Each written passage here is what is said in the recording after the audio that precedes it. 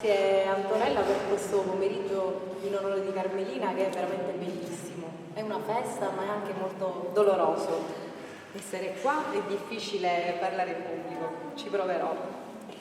Carmelina era una forza della natura, un vulcano, aveva sempre mille cose da fare e mille impegni. Le sue giornate erano fitte di impegni, correva da una parte all'altra per sbrigare tutte le sue faccende di lavoro, per fare le consegne che suo fratello Domenico le commissionava. Però in queste giornate piene di impegni una cosa era sacra, la sigaretta.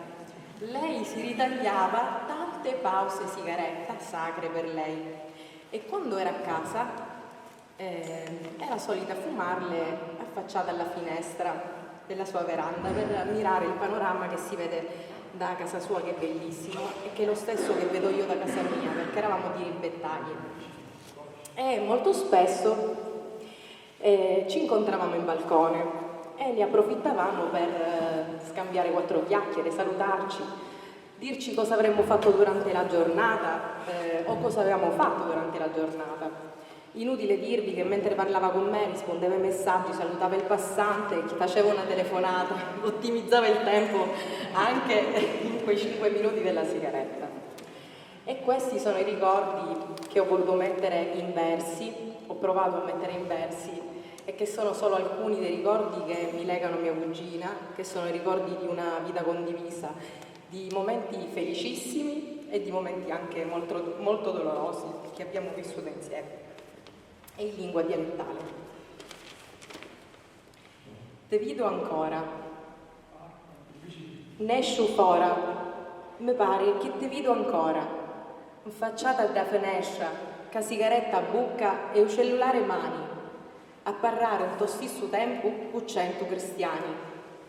Solo 5 minuti, 2 tiri veloci, hai piccatempo e fare 1000 cose.